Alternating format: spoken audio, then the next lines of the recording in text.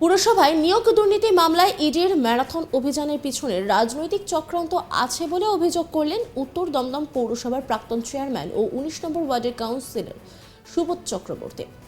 শুক্রবার ১২ই জানুয়ারি সকাল ৬:৩০ নাগাদ বিরাটির ৩ নম্বর খালাসি কোটার বাড়িতে আসে কেন্দ্রীয় তদন্তকারী সংস্থা ইডির এক প্রতিনিধি দল।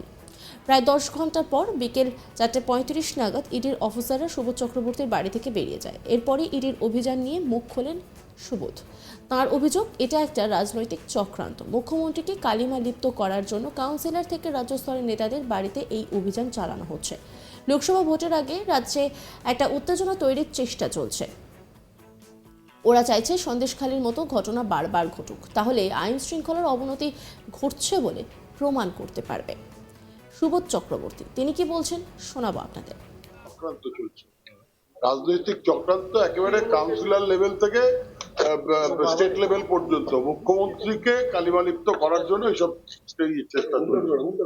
কিন্তু যে ৫৭ জনের কথা বলা হচ্ছে তাদেরকে সিবিআই ইতিমধ্যে ডেকেওছে, মানে তাদের চাকরিগুলো কি সঠিকভাবে সব নিয়ম পদ্ধতি মেনে হয়েছে? একদম সঠিক মেনে হয়েছে। কোন নিয়মের কোন পার্সিয়ালিটি বা কোন রেকমেন্ডেশন বা কিচ্ছু করা হয়নি। পশ্চিমবাংলায় একটা উত্তেজনা সৃষ্টি করার চেষ্টা ওরা চাইছে, সন্দেশখালির মতন ঘটনা আরো বারবার ঘটুক, যাতে আইন শৃঙ্খলা অবনতি ঘটেছে পশ্চিমবাংলায় বলে প্রমাণ করতে হবে। ২০১৮ সাল থেকে ২০২১ সাল পর্যন্ত উত্তর দমদম পৌরসভার চেয়ারম্যান ছিলেন সুবোধ চক্রবর্তী। সেই সময় পৌরসভায় নিয়োগ দুর্নীতিতে তার নাম জড়িয়ে যায়। এমনকি প্রভাব খাটিয়ে নিজের মেয়ে ও ছেলেকে পুরসভার চাকরি পাইয়ে দেওয়ার অভিযোগও ওঠে সুবোধ চক্রবর্তীর বিরুদ্ধে। যদিও সেই সব অভিযোগ অস্বীকার করে তিনি বলেন, তিনি চেয়ারম্যান থাকাকালীন বেশ কিছু ছেলে মেয়ের চাকরি হয়েছে, এতে কোনো অন্যায় নেই। তবে সেক্ষেত্রে কোনো সুপারিশ আসেনি, তিনি কোনো সুপারিশ করেননি, নিয়ম মেনেই সেসব চাকরি হয়েছিল।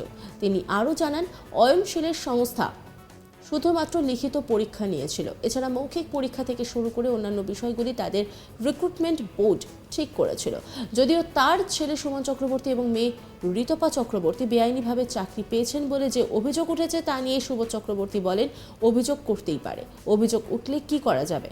বেআইনিভাবে চাকরি পাওয়ার অভিযোগে যে ৫৭ জনকে কেন্দ্রীয় তদন্তকারী সংস্থা সিবিআই ডেকে পাঠিয়েছে, সেই তালিকায় তার ছেলে বা মেয়ের নাম নেই বলেও এদিন দাবি করেছেন সুবোধ চক্রবর্তী। কারণ ২০১৮ সালে তিনি যখন চেয়ারম্যানের দায়িত্ব নেন, তার আগেই নিয়ম মেনেই তার ছেলে চাকরি পায়। সুবোধ চক্রবর্তী তিনি কি বলছেন শোনাবো আপনাদের। আমি চেয়ারম্যান থাকাকালে চাকরি হয়েছে কিছু ছেলের, বাস, এটা তো মিথ্যা তো কিছু নেই। কারোর থেকে সুপারিশ এসেছিল সেই চাকরি? না, কোনো সুপারিশ আসেনি, আমি কাউকে সুপারিশ করিনি, যা নিয়ম মাফিক হওয়ার তাই। মানে সেই নিয়মগুলো কি সেই অয়নশীলের মাধ্যমে, অয়নশীলের সংস্থার মাধ্যমে হয়েছিল? অয়নশীল শুধু শুধু পরীক্ষাটা নিয়েছিল, এবিএস ইনফোজেন। আচ্ছা, এই অয়নশীলের সংস্থা আর ফাইবা বসি থেকে শুরু করে যা কিছু আমাদের রিক্রুটমেন্ট বোর্ড করেছিল। একটা অভিযোগ হচ্ছে যে আপনার ছেলে আর মেয়ে ঠিক ওই সময় চাকরি পেয়েছে। আর অভিযোগ তো উঠতেই পারে, অভিযোগ উঠলে কি করা যাবে? এই আপনার অভিযোগ পেয়ে এসছেন, তা আমাকে কি তুলে নিয়ে চলে গেছে? ইডি কিছু নিয়ে গেছে আপনার বাড়ি থেকে? না, কিচ্ছু পাই, কাগজপত্র, কিচ্ছু পাই, মোবাইল কিচ্ছু পাই। ও তো খবরে হয়তো আপনারা এমনি অ্যানাউন্স করে দিচ্ছেন কি কাগজপত্র কি পেয়েছে। ইডির কর্মকর্তারা তার বাড়ি থেকে কোনো নথি কিছু নিয়ে যায়নি বলেও জানান তিনি। যদিও কেবলমাত্র তার নিজের মোবাইলটি বাজেয়াপ্ত করেছে ইডি, সেই সঙ্গে তার ব্যাংকের যাবতীয় তথ্য, ব্যাংকের অ্যাকাউন্ট নম্বর, সমস্ত তথ্য নিয়ে গিয়েছেন ইডির কর্মকর্তারা। এই মামলায় ইডির তরফে তাঁকে ফের ডাকা হতে পারে বলেও এদিন সুবোধ চক্রবর্তীকে জানিয়ে গিয়েছেন ইডির কর্মকর্তারা। সেক্ষেত্রে আগামী দিনে যদি তাঁকে ডাকা হয়, তিনি তদন্তে সহযোগিতা করবেন বলেও আশ্বাস দেন সুবোধ চক্রবর্তী। গোটা ঘটনায় তার দল তৃণমূল কংগ্রেস তার পাশে আছে বলেই দাবি করেন সুবোধ। যদিও নিজের একটি মাত্র মোবাইল ফোন ইডির হেফাজতে থাকায় তিনি বা দলের কেউ কারোর সঙ্গে যোগাযোগ করতে পারেনি, এমনটাই বলছেন তিনি নিজেই। প্রসঙ্গত, সন্দেশখালী শাহজাহান শেখের বাড়ির পর এবার উত্তর দমদমের বিরাটিতে সুবোধ চক্রবর্তী বাড়িতে ইডির অভিযান। শুক্রবার ১২ই জানুয়ারি সাত সকালে উত্তর দমদম পৌরসভার প্রাক্তন পৌরপ্রধান সুবোধ চক্রবর্তী বাড়িতে পৌঁছে যান ইডির আধিকারিকরা। উত্তর দমদম পৌরসভার প্রাক্তন পৌরপ্রধান সুবোধ চক্রবর্তী বাড়িতে ইডির অভিযান। শুক্রবার শুক্রবার 12 জানুয়ারি সকাল 6:30 নাগাদ ইডির অফিসাররা 19 নম্বর ওয়ার্ডের অন্তর্গত 3 নম্বর খলসিকোটা পল্লীতে সুবোধের বাড়িতে আসেন। প্রায় 2 ঘন্টার বেশি সময় ধরে অভিযান চলে। খবর পেয়ে দমদম থানার আইসি বঙ্কিম বিশ্বাসও আসেন সুবোধ সরকারের বাড়িতে। এ সময় ভিতরে ঢুকতে চাইলে তাকে ভিতরে ঢুকতে দেওয়া হয়নি। ইডির আধিকারিকরা স্পষ্ট জানিয়ে দেন তারা ভিতরে ঢোকার কোনো অনুমতি নেই, দেবেন না।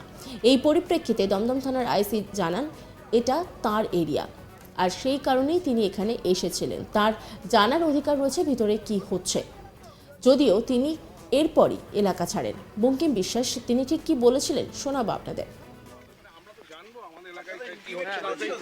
আমাদের এলাকায় কি হচ্ছে না হচ্ছে আমার এলাকায় আমি জানবো না। আমাদের এলাকায় জানান আপনারা জানেন, আমরা তো জানবো আমার এলাকায় কি হচ্ছে না হচ্ছে আমাদের রাইট নেই, ঠিক আছে?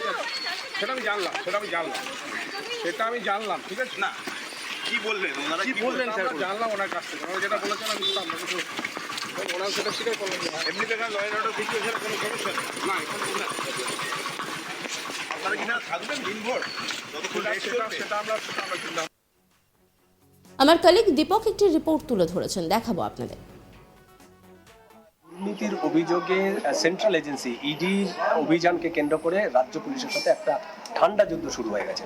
আমরা দেখেছি যে গত সপ্তাহে যখন শেখ শাহজাহানের সন্দেশখালীর বাড়িতে আসে, সেই সময় ইডিকে ঘিরে ধরে বিক্ষোভ দেখা, ইডির কর্মকর্তারা যখন আসে তাদেরকে ঢুকতে দেওয়া হয়নি বলে অভিযোগ।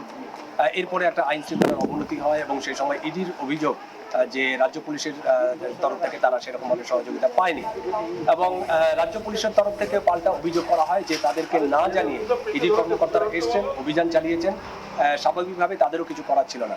এরপর আমি দেখেছি যে গতকালকে যখন বসিরহাটের ডিএসপি এবং বনগাঁ ডিএসপি তারা ইডির অভিযানে যান, ইডির অফিসে যান সিজিও কমপ্লেক্সে সল্টলেকের, এবং সেখানে গিয়ে তারা ইডির কর্মকর্তাদের বয়ান রেকর্ড করার জন্য যান, কিন্তু সেখানেও বয়ান রেকর্ড করা হয়নি, কারণ রাজ্য পুলিশের অভিযোগ বা ডিএসপির অভিযোগ যে সেভাবে ইডির কর্মকর্তারা তাদেরকে সহায়তা করছেন না। আজকে সকালবেলা থেকে আমরা ঠিক একই একটা ঠান্ডা যুদ্ধ দেখতে পেলাম। সেটি হচ্ছে যে নর্থ দমদম অর্থাৎ উত্তর দমদম পুরসভার প্রাক্তন চেয়ারম্যান সুবোধ চক্রবর্তী, তার বাড়িতে বেনিয়মের অভিযোগ এবং নিয়োগ দুর্নীতি মামলায় অভিযোগে তার বাড়িতে ইডির কর্মকর্তারা অভিযান চালায়। সকাল 6:30 নাগাদ ইডির কর্মকর্তারা আসেন, এখনো পর্যন্ত অভিযান চলছে। কিন্তু এই অভিযানের মধ্যে দমদম থানার আইসি বঙ্কিম বিশ্বাস, যেহেতু এই এলাকাটা দমদম থানার মধ্যে পড়ে, বঙ্কিম বিশ্বাস আসেন এবং তিনি এসে প্রথমে ইডির কর্মকর্তাদের কথা বলে তিনি ভিতরে ঢুকতে চান, কিন্তু সেই সময় তাকে ভিতরে ঢুকতে দেওয়া হয়নি। ইডি কর্মকর্তাদের অভিযোগ যে এক্ষুনি কাউকে ভিতরে দেওয়ার অনুমতি নেই এবং তারপরে তিনি ক্ষোভ প্রকাশ করেন। তিনি যখন সংবাদ মাধ্যমের সামনে বলছিলেন, কার্যত ক্ষোভ উগড়ে দিয়েছেন। তিনি বলছেন যে এলাকাটা যেহেতু তার দমদম থানার অধীনে, সুতরাং তার অধিকার আছে যে এখানে কি ঘটছে সেটি জানার, এবং সেটি জানার জন্য তিনি আসেন এবং ভিতরে ঢুকতে যান, কিন্তু তাকে ইডির কর্মকর্তারা বা সেন্ট্রাল সিকিউরিটি ফোর্সের যারা জওয়ান আছে তাদেরকে ঢুকতে দেননি। এরপরে তিনি ক্ষোভ উগড়ে দেন যে যেহেতু তার এরিয়ায় কি ঘটছে সেটা তার জানার অধিকার আছে, কিন্তু যখনই তাকে অনুমতি দেওয়া হয়নি তখন তিনি বেরিয়ে যান। এরপরে আমরা দেখতে পারলাম যে তার ক্ষোভ এবং ক্ষোভের বহিঃপ্রকাশ। তো স্বাভাবিকভাবে গত সপ্তাহ থেকে যে ইডির মধ্যে এবং রাজ্য পুলিশের মধ্যে যে একটা ঠান্ডা যুদ্ধ শুরু হয়েছে, সেই যুদ্ধটা কিন্তু এখনো বর্তমান এবং আগামী দিনে হয়তো এই যুদ্ধটা আরো বাড়তে পারে, কারণ যে হারে বিনিয়োগের অভিযোগ, নিয়োগ দুর্নীতির অভিযোগ, এবং সেখানে যখন সেন্ট্রাল এজেন্সিরা আসছে, সেই ইডি হোক বা সিবিআই হোক, তারা বারবারই অভিযোগ করছেন যে রাজ্য পুলিশের তরফ থেকে কোনো সহযোগিতা পাচ্ছেন না।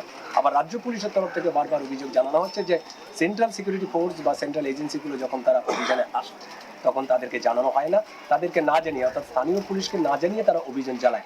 এর ফলে তাদের ক্ষেত্রেও কাজ করার ক্ষেত্রে অসুবিধা হয় যখন আইন শৃঙ্খলার অবনতি ঘটে। এখন এইটাই এখন দেখার যে আদৌ এই ঠান্ডা যুদ্ধের অবসান ঘটে নাকি এটা আর চলতে থাকে। অন্যান্য খবরে আপডেটের জন্য অবশ্যই নজর রাখুন আজ তাক বাংলার ইউটিউব স্ট্রিমিং এবং ইউটিউব চ্যানেলকে সাবস্ক্রাইব করুন, লাইক করুন, কমেন্ট করুন, শেয়ার করুন। পাশাপাশি হোয়াটসঅ্যাপে নজর রাখুন, সেখানেও রয়েছে আজ তাক বাংলা।